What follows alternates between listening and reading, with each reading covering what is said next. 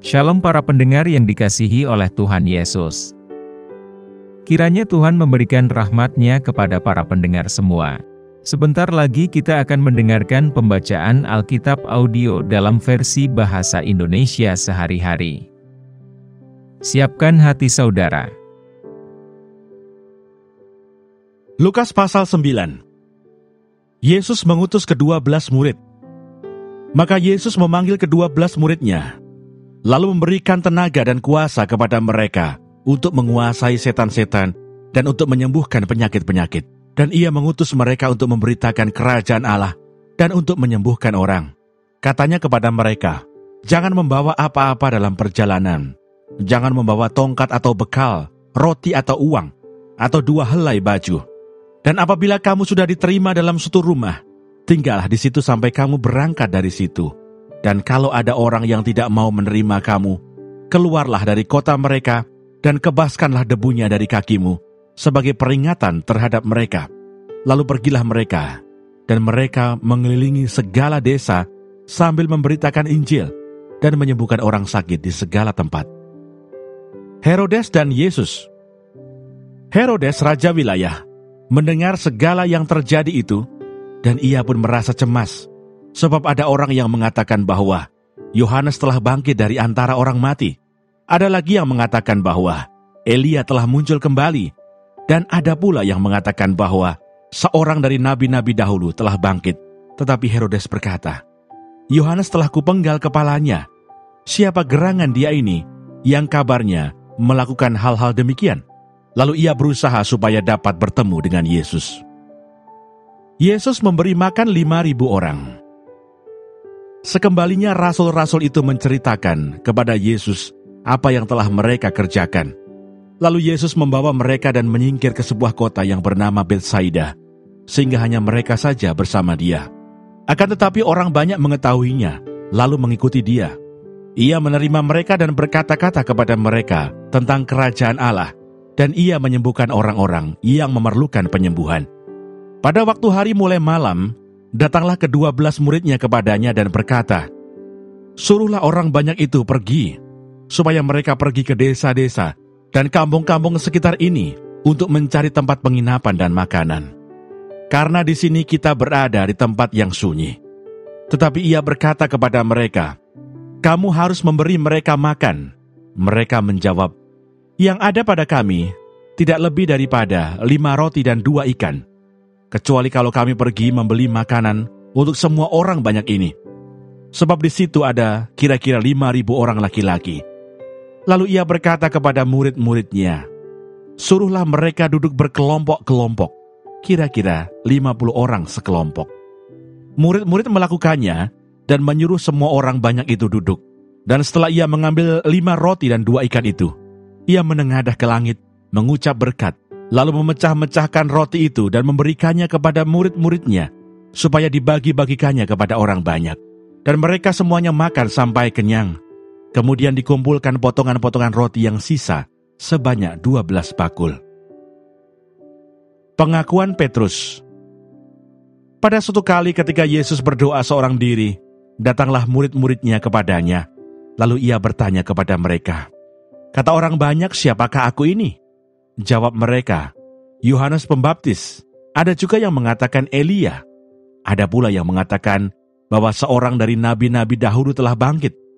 Yesus bertanya kepada mereka, menurut kamu siapakah aku ini? Jawab Petrus, Mesias dari Allah. Lalu Yesus melarang mereka dengan keras supaya mereka jangan memberitahukan hal itu kepada siapapun. Pemberitahuan pertama tentang penderitaan Yesus dan syarat-syarat mengikut dia. Dan Yesus berkata, anak manusia harus menanggung banyak penderitaan dan ditolak oleh tua-tua, imam-imam kepala, dan ahli-ahli Taurat, lalu dibunuh dan dibangkitkan pada hari ketiga. Katanya kepada mereka semua, setiap orang yang mau mengikut aku, ia harus menyangkal dirinya, memikul salibnya setiap hari, dan mengikut aku. Karena barang siapa mau menyelamatkan nyawanya, ia akan kehilangan nyawanya. Tetapi barang siapa kehilangan nyawanya karena aku, ia akan menyelamatkannya. Apa gunanya seorang memperoleh seluruh dunia, tetapi ia membinasakan atau merugikan dirinya sendiri. Sebab barang siapa malu karena aku dan karena perkataanku, Anak Manusia juga akan malu karena orang itu, apabila ia datang kelak dalam kemuliaannya dan dalam kemuliaan Bapa dan malaikat-malaikat kudus. Aku berkata kepadamu, sesungguhnya di antara orang yang hadir di sini ada yang tidak akan mati sebelum mereka melihat kerajaan Allah. Yesus dimuliakan di atas gunung. Kira-kira 8 hari sesudah segala pengajaran itu, Yesus membawa Petrus, Yohanes, dan Yakobus lalu naik ke atas gunung untuk berdoa.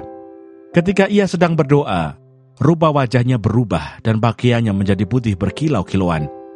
Dan tampaklah 2 orang berbicara dengan dia, yaitu Musa dan Elia. Keduanya menampakkan diri dalam kemuliaan dan berbicara tentang tujuan kepergiannya yang akan digenapinya di Yerusalem. Sementara itu Petrus dan teman-temannya telah tertidur, dan ketika mereka terbangun, mereka melihat Yesus dalam kemuliaannya, dan kedua orang yang berdiri di dekatnya itu. Dan ketika kedua orang itu hendak meninggalkan Yesus, Petrus berkata kepadanya, "Guru, betapa bahagianya kami berada di tempat ini. Baiklah kami dirikan sekarang 3 kemah, 1 untuk engkau, 1 untuk Musa, dan 1 untuk Elia." Tetapi Petrus tidak tahu apa yang dikatakannya itu. Sementara ia berkata demikian, datanglah awan menaungi mereka. Dan ketika mereka masuk ke dalam awan itu, takutlah mereka. Maka terdengarlah suara dari dalam awan itu yang berkata, "Inilah anakku yang kupilih, dengarkanlah dia." Ketika suara itu terdengar, nampaklah Yesus tinggal seorang diri. Dan murid-murid itu merahasiakannya. Dan pada masa itu mereka tidak menceritakan kepada siapapun apa yang telah mereka lihat itu. Yesus mengusir roh dari seorang anak yang sakit. Pada keesokan harinya ketika mereka turun dari gunung itu, datanglah orang banyak berbondong-bondong menemui Yesus. Seorang dari orang banyak itu berseru katanya, "Guru, aku memohon supaya engkau menengok anakku, sebab ia adalah satu-satunya anakku. Sewaktu-waktu ia diserang roh, lalu mendadak ia berteriak, dan roh itu mengguncang-guncangkannya, sehingga mulutnya berbusa. Roh itu terus saja menyiksa dia dan hampir-hampir tidak mau meninggalkannya. Dan aku telah meminta kepada murid-muridmu supaya mereka mengusir roh itu, tetapi mereka tidak dapat." Maka kata Yesus, "Hai kamu angkatan yang tidak percaya dan yang sesat, berapa lama lagi aku harus tinggal di antara kamu dan sabar terhadap kamu? Bawa anakmu itu kemari." Dan ketika anak itu mendekati Yesus, setan itu membantingnya ke tanah dan mengguncang-guncangkannya. Tetapi Yesus menegur roh jahat itu dengan keras dan menyembuhkan anak itu, lalu mengembalikannya kepada ayahnya. Maka takjublah semua orang itu karena kebesaran Allah. Pemberitahuan kedua tentang penderitaan Yesus. Ketika semua orang itu masih heran karena segala yang diperbuatnya itu, Yesus berkata kepada murid-muridnya, "Dengarlah dan camkanlah segala perkataanku ini. Anak Manusia akan diserahkan ke dalam tangan manusia. Mereka tidak mengerti perkataan itu, sebab artinya tersembunyi bagi mereka, sehingga mereka tidak dapat memahaminya, dan mereka tidak berani menanyakan arti perkataan itu kepadanya." Siapa yang terbesar di antara para murid? Maka timbullah pertengkaran di antara murid-murid Yesus tentang siapakah yang terbesar di antara mereka. Tetapi Yesus mengetahui pikiran mereka. Karena itu ia mengambil seorang anak kecil dan menempatkannya di sampingnya dan berkata kepada mereka, "Barang siapa menyambut anak ini dalam namaku, ia menyambut aku. Dan barang siapa menyambut aku, ia menyambut dia yang mengutus aku. Karena yang terkecil di antara kamu sekalian, dialah yang terbesar." Seorang yang bukan murid Yesus mengusir setan. Yohanes berkata, "Guru, kami lihat seorang mengusir setan demi namamu. Lalu kami cegah orang itu karena ia bukan pengikut kita." Yesus berkata kepadanya, "Jangan kamu cegah, sebab barang siapa tidak melawan kamu, ia ada di pihak kamu." Yesus dan orang Samaria.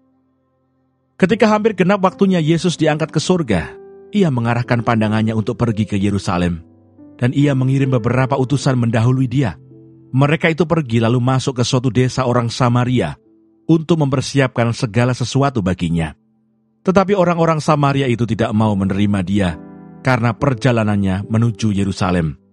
Ketika dua muridnya, yaitu Yakobus dan Yohanes, melihat hal itu mereka berkata, "Tuhan, apakah Engkau mau supaya kami menyuruh api turun dari langit untuk membinasakan mereka?"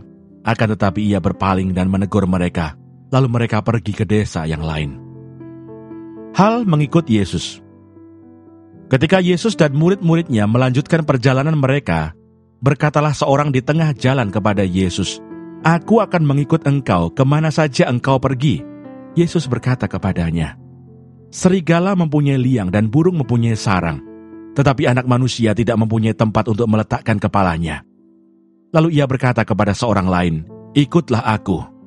Tetapi orang itu berkata, "Izinkanlah aku pergi dahulu menguburkan bapakku."